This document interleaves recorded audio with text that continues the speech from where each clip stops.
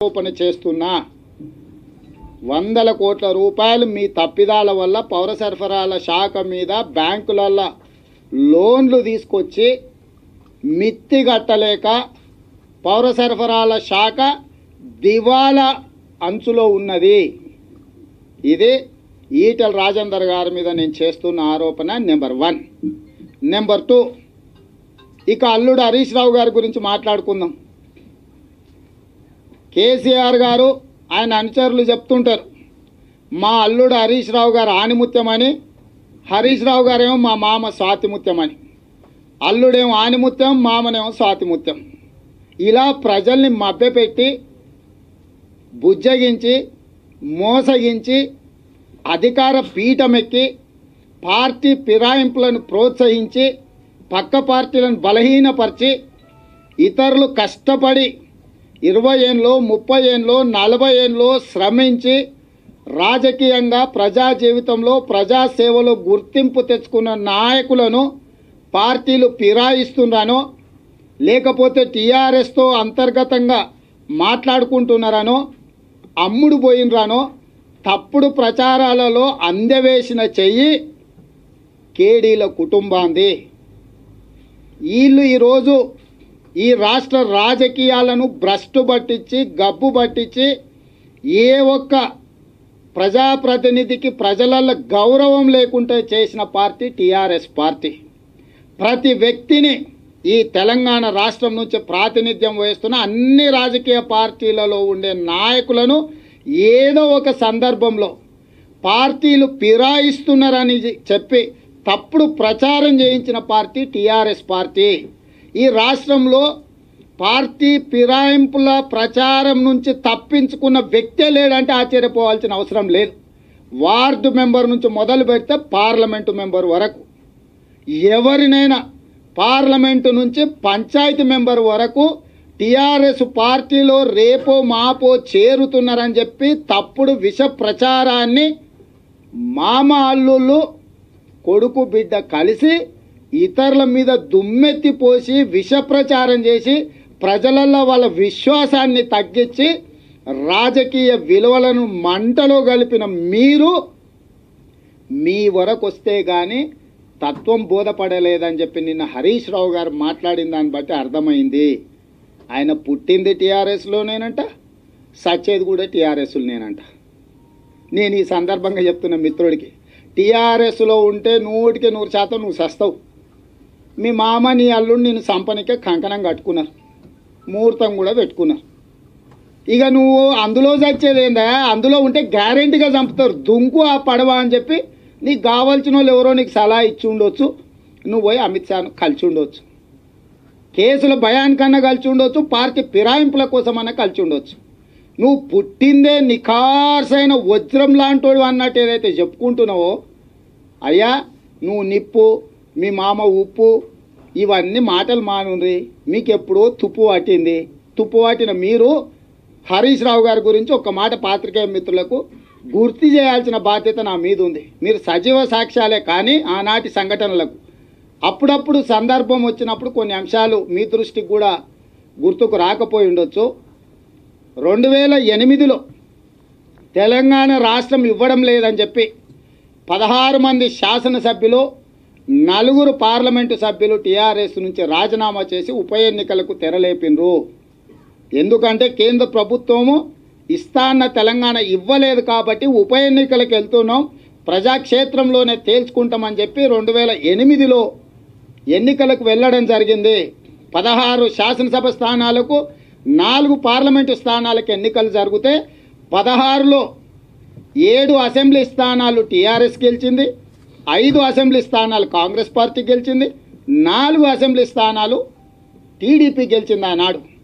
అదేవిధంగా 4 parliament స్థానాలల్లో 2 TRS గెలిచింది, 1 BJP గెలిచింది, 1 కాంగ్రెస్ గెలిచింది, 2ది టీడీపీ గెలిచింది. అంటే 4 పార్లమెంట్లలో 2 టీఆర్ఎస్ గెలిచింది, 16 అసెంబ్లీలలో 7 మాత్రమే గెలిచింది. అప్పటి వరకు శాసనసభాపక్ష నాయకుడిగా ఉన్న విజయ రామారావు గారు ఓడిపోవడంతో 2008లో కొత్త శాసనసభాపక్ష నాయకుడిని ఎన్నుకునే సందర్భం వచ్చింది.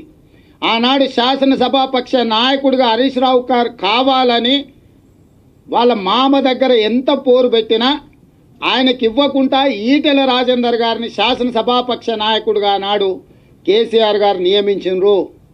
జూన్ 1, 2008 నాడు ఉప ఎన్నికల ఫలితాలు వచ్చినాయి. జూన్ 3, 2008 రోజు మామకు వ్యతిరేకంగా మామ మీద తిరుగుబాటు చేస్తూ మామ నిర్ణయాన్ని ధిక్కరించి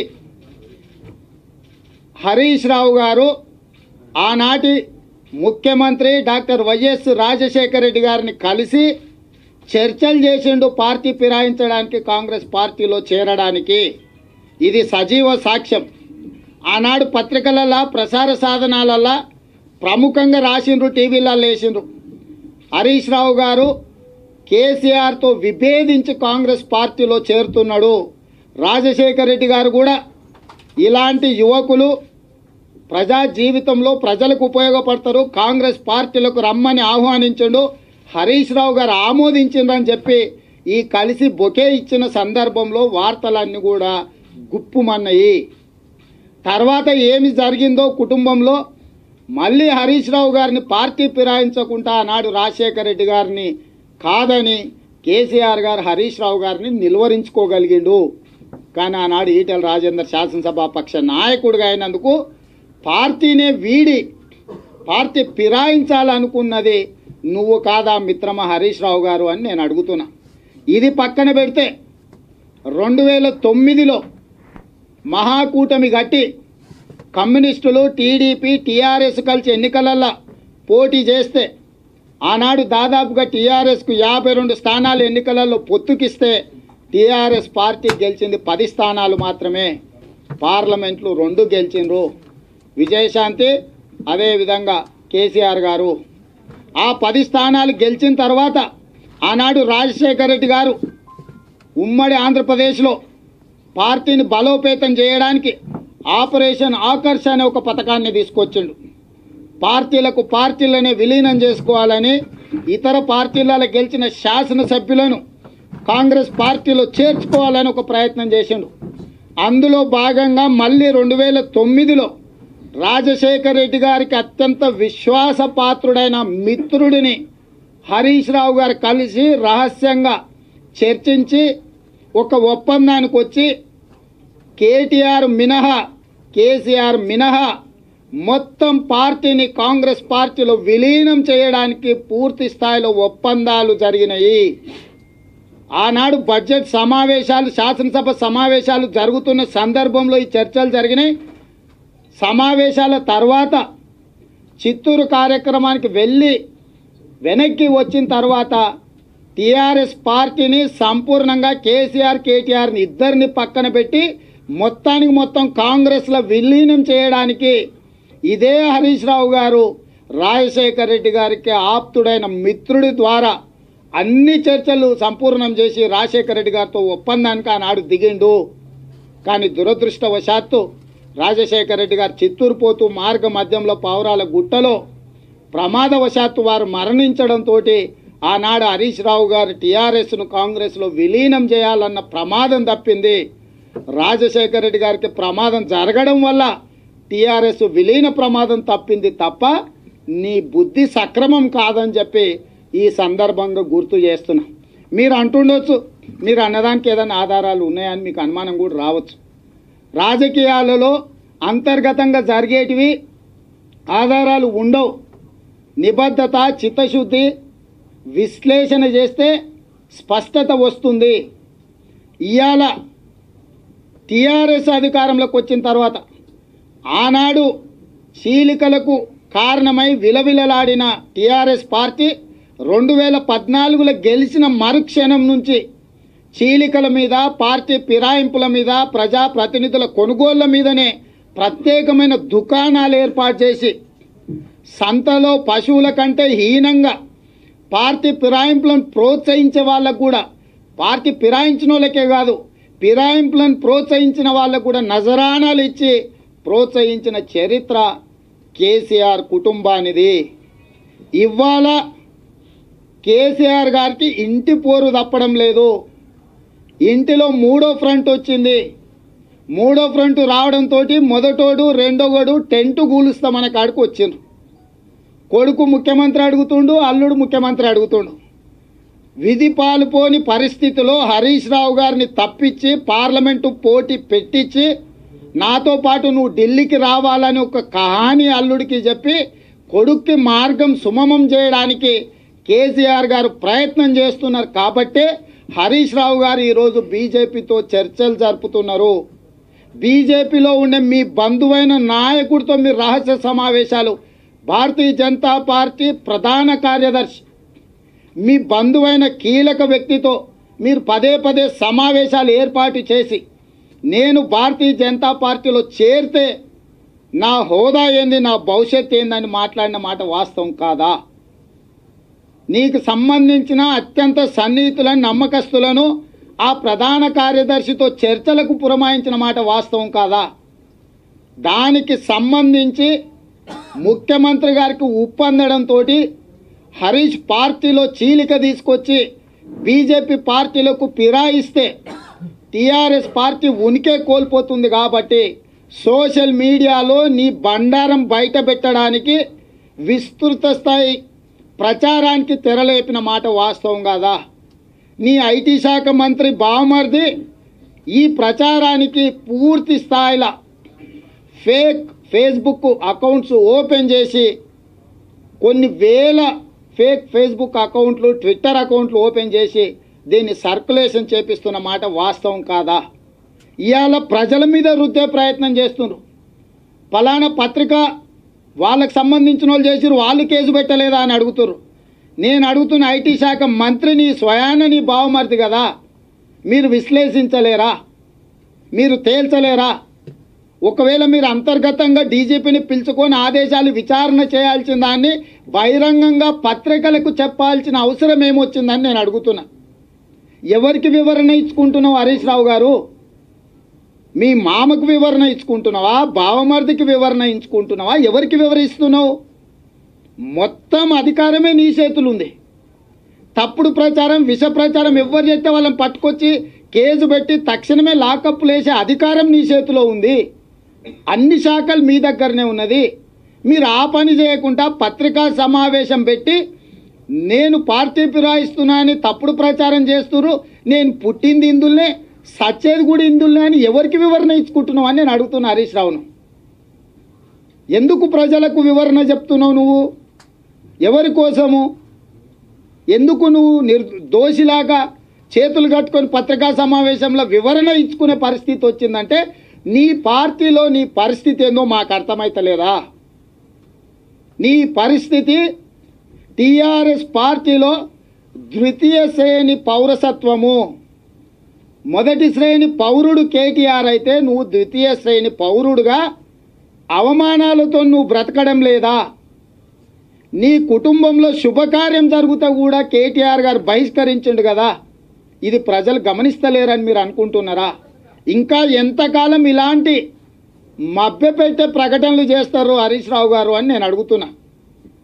ఇదంతా కూడా వాళ్ళ అంతర్గత విషయం, మేము మాట్లాడాల్సిన అవసరం లేదు, దీని మీద ప్రజలకు చెప్పాల్సిన అవసరం లేదు. కానీ ఎందుకు నేను మాట్లాడుతున్నా అంటే కత్తి పట్టుకున్నాడు కత్తికే బలవుతాడు. ఇది చరిత్ర చెప్తున్న సజీవ సాక్ష్యం. రాయలసీమలో ఫ్యాక్షన్లో ఉండేవాడు ఎవడైనా ఫ్యాక్షన్కే బలయ్యిండు.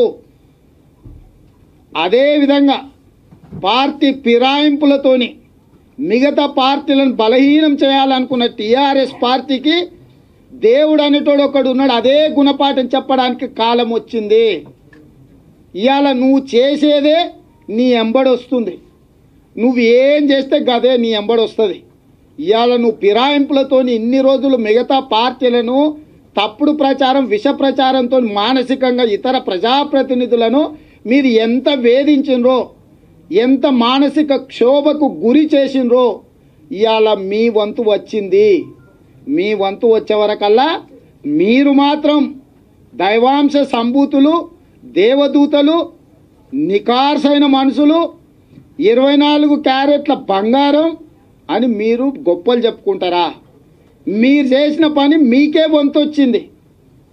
ఇవాళ మీకు వచ్చిన వంతు ప్రజలు గమనిస్తుండ్రు.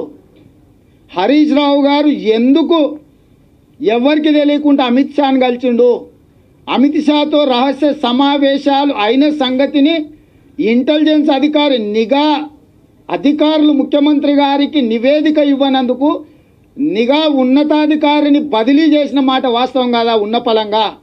అంటే ఈరోజు మీ కుటుంబ అంతర్గత కలహాల కోసం అధికారులను బలిస్తారు, తెలంగాణ సమాజాన్ని బలిస్తారు, పత్రికలను నిందిస్తారు, సోషల్ మీడియా మీద ఫిర్యాదులు చేస్తారు. ఏమయ్యా రాష్ట్రంలో ఇన్ని తప్పుడు ప్రచారాలు జరిగినాయి కదా, ప్రభుత్వంగా మీకు బాధ్యత లేదా? తప్పుడు ప్రచారాలు నిర్వహించాల్సిన అవసరం మీకు లేదా? మీకు నొప్పి వచ్చినప్పుడే మీ గురించి ఫిర్యాదులు, మరి ఫిర్యాదు చేస్తే అంతర్గతంగా ప్రభుత్వం ఒక క్యాబినెట్ మినిస్టరు ఆదేశించి డీజీపీని పిలిపించేసి ఎంక్వైరీ చేసి రిపోర్ట్ చేసి రిమాండ్ చేయమని నువ్వు చెప్పుకోవచ్చు. బయటకు వచ్చి పత్రికా సమావేశాన్ని పెట్టి ఎవరికి వివరణ ఇచ్చుకుంటున్నావు అని అడుగుతున్నా సూటిగా. నేను ఇద్దరు కేసీఆర్ మంత్రివర్గంలో ఇద్దరు సీనియర్ శాసనసభ్యులను మంత్రులుగా ఉన్న వాళ్ళని 2 ప్రశ్నలు అడుగుతున్నా. ఈటల రాజేందర్ గారు, నీ శాఖ మీద ప్రత్యక్షంగా నిర్దిష్టంగా వివరాలతో కూడుకున్న అవినీతి ఆరోపణలు నేను చేస్తున్నా, వివరించుకోవాల్సిన బాధ్యత మీ మీద లేదా? హరీష్ రావు గారు పార్టీ ఫిరాయింపుల మీద, సోషల్ మీడియా ప్రచారం మీద మీరు ఏదైతే మాట్లాడుతున్నారో ఇంతకుముందు మీరు ఇతరుల మీద చేసినప్పుడు ఇది మీకు తప్పుగా అనిపించలేదా? ఈ ఫిరాయింపులను ప్రోత్సహించిన మాట వాస్తవం కాదా? మీరు అమిత్ షాను 2 సార్లు రహస్యంగా కలిసిన మాట వాస్తవం కాదా? నువ్వు కలిసిన మీటింగ్ వివరాలను ముఖ్యమంత్రి గారికి నివేదిక ఇవ్వనందుకు ఆ అధికారిని బదిలీ చేసిన మాట వాస్తవం కాదా? భారతీయ జనతా పార్టీలో ఉండే జాతీయ ప్రధాన కార్యదర్శి నీ బంధువుతోని నువ్వు రహస్య సమాలోచనలు చేస్తున్న మాట వాస్తవం కాదా?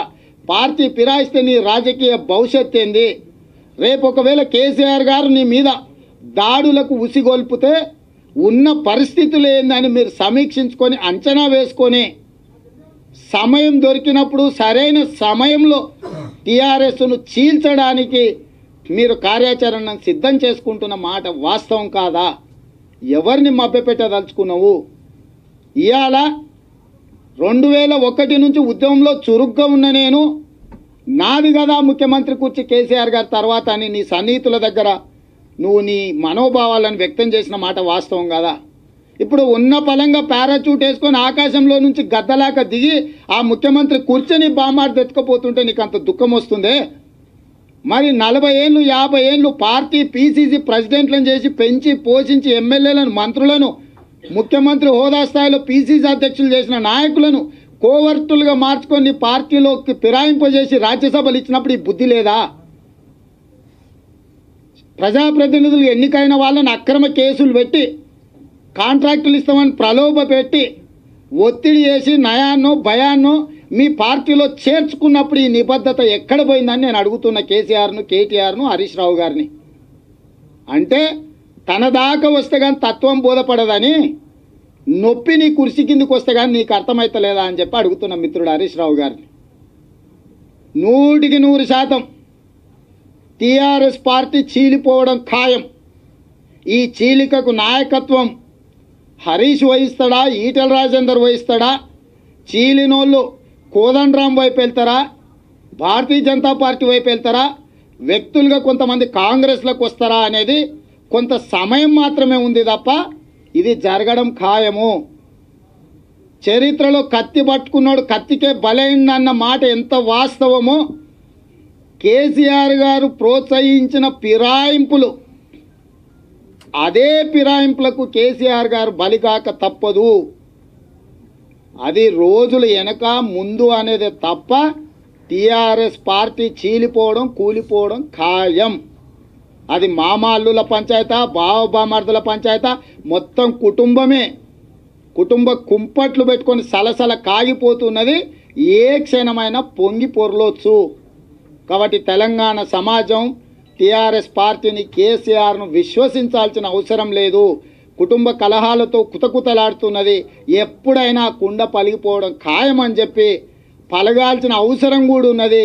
తప్పు చేసినోడికి శిక్ష తప్పదు. ఇది చరిత్ర చెప్తున్న సాక్ష్యం.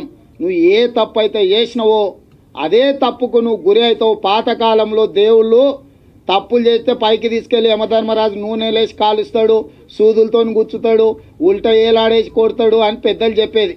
ఇవాళ రేపు పైకి పోయేటంత అంతంత మందిని పైకి తీసుకుపోయి శిక్షించడానికి లేదు. ఎట్లా అంటోనికి అట్లా ఇక్కడనే 5-5 ఏళ్ళకు ఛార్జ్ షీట్ లాగా ఏదైతే accounts balance company balance sheets ఎప్పటికప్పుడు ఫైల్ చేసి ఇయర్ వైజు లాభాలు నష్టాలు లెక్కలేస్తారు. రాజకీయాలలో కూడా ఉన్నోళ్ళు తప్పులు చేస్తే ప్రతి 5 ఏళ్ళకు లాభాలు కూడికలు తీసివేతలేసి శిక్ష ఖాయం చేస్తాడు దేవుడు. ఎందుకంటే ఈ అకౌంట్స్ అన్ని బతుకున్నంత కాలం మెయింటైన్ చేయాలంటే అక్కడ కూడా కష్టమే. యమధర్మరాజు మీరు చాలా వేగంగా ఎక్కువ తప్పులు చేశారు కాబట్టి మీ బ్యాలెన్స్ షీట్ తొందరగా క్లోజ్ అవుతుంది అంతే. మీరు ఈ తప్పులు చేయకుంటుండే ప్రజలకు సేవ చేసినట్టు ఇంకా కొంతకాలం ఏమైనా మనగాడ సాగించేటోళ్ళేమో. కానీ మొదటి రోజు నుంచే పుట్టంగానే దొగ్గుకుంటూ తర్వాత కాస్త కూస్త అటు కింద మీద పడి నడుచుకుంటూ ఆ తర్వాత నడక నేర్చుకుని ఆ తర్వాత పరిగెత్తిన ఉంటేనేమో కొంతకాలం ఉంటుండే. పుట్టుడే లేచి ఉరుకుడు మొదలు పెట్టారు కదా, ఇంజన్ మొత్తం ఖరాబ్ అయ్యే కాడికి వచ్చింది. జరగబోయేది మాత్రం టీఆర్ఎస్ చీలిక, కారు తుక్కు కింద అమ్మక తప్పదు. अरे हमको भी कुछ सोर्स रहेंगे ना भाई. अभी दुनिया में आपको ये पता है ना, साले बहू ने एक तरफ सारी दुनिया एक तरफ बोल के कहावत सुनते थे. अभी ऐसा हो गया है कि साले एक तरफ बहू ने दूसरे तरफ हो गए. तो वही पता लग रहा है इनके घर में कुछ फंक्शन रहा तो साला सब नहीं आए, खुद के घर में फंक्शन रहे तो नहीं आए, सो वाले तो मिल के रहेंगे. तो ये चारों के बीच में मसला है.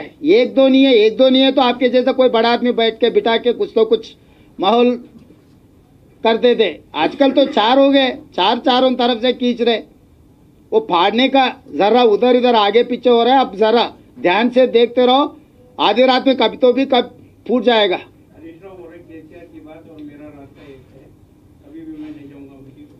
अभी बोलने में बहुत बोल सकते हैं. केसीआर साहब क्या बोले 2 महीने पहले, इंडिया टुडे कॉन्क्लेव था पार्क हयात में, मैं मेरा घर मेरा सब कुछ मेरा खानदान तेलंगाना है, मैं तेलंगाना छोड़ के कहीं नहीं जाऊंगा.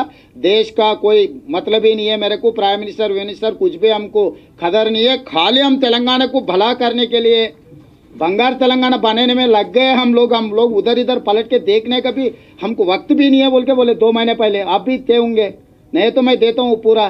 फिर 2 महीने में क्या माहौल बदल गया जी.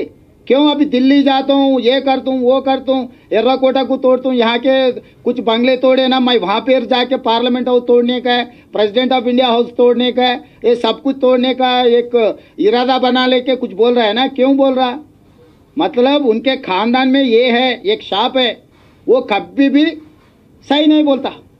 अगर सही बोले तो उसका सर पट जाएगा, सही बोले तो उसी दिन सर पड़ के मर जाएगा वो. इसीलिए वो कभी भी सही नहीं बोलते. ये झूठ का खानदान है. उसको भारतीय झूठ पार्टी लग गए. वाट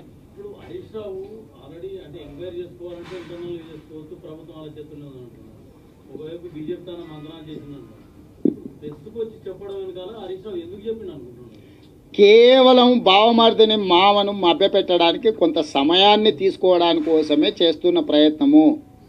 ఇవాళ ఎక్కడైనా పోయినప్పుడు ప్రజలల్లా ఎవరైనా టీఆర్ఎస్ ఉసిగొలిపిన అసాంఘిక శక్తులు ఎక్కడైనా హరీష్ మీద దాడి చేయిస్తాడేమో కేసీఆర్ గారు అనే అనుమానంతో వివరణ ఇచ్చుకున్నాడు. ఇవాళ వివరణ ప్రజలు అడగట్లేదు కదా, వివరణ ఎవరికి ఇచ్చుకుంటున్నాడు. ఇచ్చుకోదలుచుకుంటే ఇంట్లో మామకి ఇచ్చుకోవచ్చు, లేకపోతే బావమార్దికి ఇచ్చుకోవచ్చు, లేకపోతే అధికారులకు ఆదేశాలు ఇవ్వచ్చు. ఎందుకోసం హరీష్ రావు గారు బయటకు వచ్చి ఉన్న పలంగా ఇంతింత విషయాలు దాన్ని అదే పనిగా చెప్పాల్సిన అవసరం ఉందా? మీరు చెప్పండి. ఎవడో దిక్కుమాలినోడో పోస్ట్ పెట్టుకున్నాడు అనుకో, ఏమవుతుంది? దానికి పెద్ద విషయం ఉందా?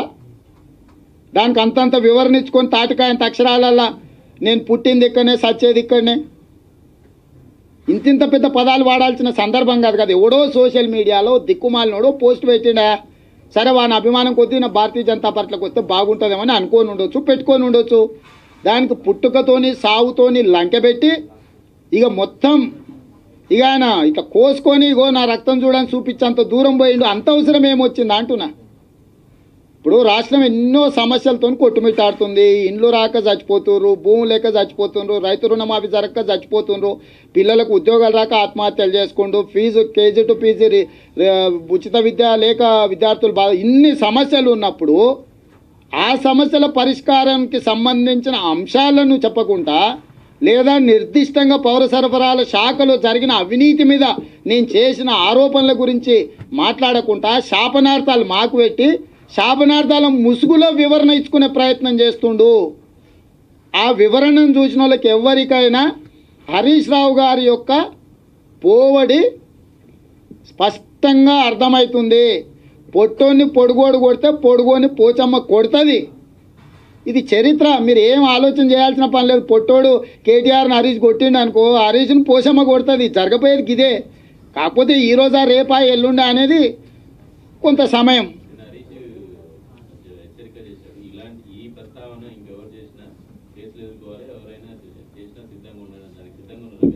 నువ్వే చెప్పాలి. ఆయనను చెప్పి పెట్టుకొని ఆ కేసులు పెట్టుకొని వస్తే తెలుస్తుంది కదా. చెప్పినాకనే చెప్తున్నా కదా, దాని అర్థమైంది. ఆయన చెప్పింది విన్న తర్వాతనే మళ్ళీ ఈరోజు చెప్తున్నా. ఇది మొత్తం సీడీ తీసుకుపోయి హరీష్ రావు గారికి ఇంకేం కేసు పెడతాడో చూద్దాం. కానీ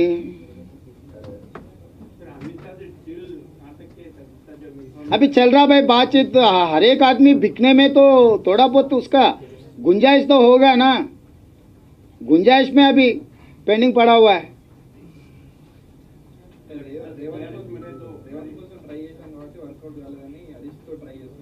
ఎవరు? నేను ఇప్పుడు కాంగ్రెస్ పార్టీ కార్యకర్తను. వాళ్ళని అడగాల్సిన ప్రశ్న అది. ఇప్పుడు అది ముగిసిన అధ్యాయము. దాని మీద నేను చెప్పినా దానికి అర్థం లేదు. నేను ఒక పార్టీకి సంబంధించిన నాయకుడిని. ఇప్పుడు నేను ఏం చెప్పినా ఆధారం లేని ఆరోపణ అవుతుంది. కాబట్టి ఇప్పుడు తాజాగా ఉన్నదాన్ని దృష్టిలో పెట్టుకో. కొత్త అల్లుడి మీద ఎక్కువ చర్చ ఉంటుంది కానీ పాత అల్లుడి మీద ఏముంటుంది? పాత అల్లుడు వస్తే పప్పనం కూడా పెడతారు, కొత్త అల్లుడు వస్తే కోడి వస్తారు. ఇప్పుడు ఈ చర్చలలో మొత్తం కొత్త అల్లుడు హరీష్. ఏదైనా ఉంటే కొత్త అల్లుడు గురించి చర్చ చేయండి, బాగుంటుంది. మీకు కూడా కొంత పడతలు పడుతుంది. కానీ ఏముంది, నాది అయిపోయిన స్టోరీ. ఇక అది కొంత స్పష్టత. ఆయన 3 మీటర్ల పెద్ద జుబ్బా వేసుకొని తిరుగుతాడు. బీజేపీలో జనరల్ సెక్రటరీ హరీష్ రావు గారు బంధువు. ఆ 3 మీటర్ల జుబ్బా నాయకుడిని అడిగితే చెప్తాడు. నాకు తెలియదు, కలుసుకున్నంత వరకు తెలుసు నాకు. ఇంకేం మాట్లాడుకున్నారు అనేది కొంచెం కష్టమైన సమాచారం.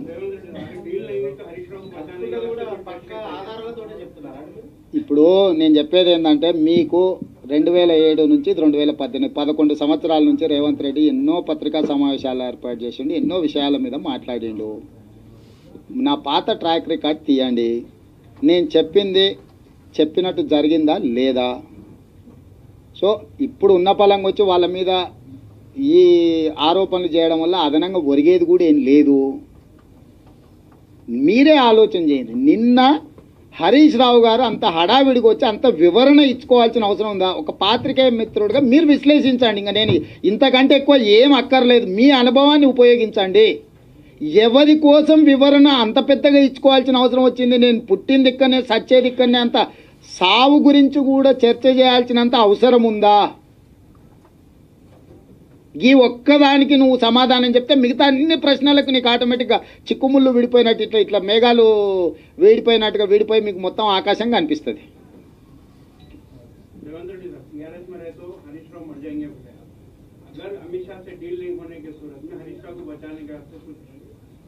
अरे भाई उन्हा के पूछे तो जरूर बोलूंगा, क्या करना है उनको पूछने दो पहले. अगर हरीश राव साहब आके मेरे को, नहीं भाई हरीश राव साहब आके, अरे भाई आप मेरा पुराना दोस्त है, मेरा मामा साला दोनों मिलके मेरे को मार रहे, तुम कुछ बचाओ बोल के मेरे कहने है, तो मैं कुछ तो कुछ रास्ता दिखाऊंगा ना.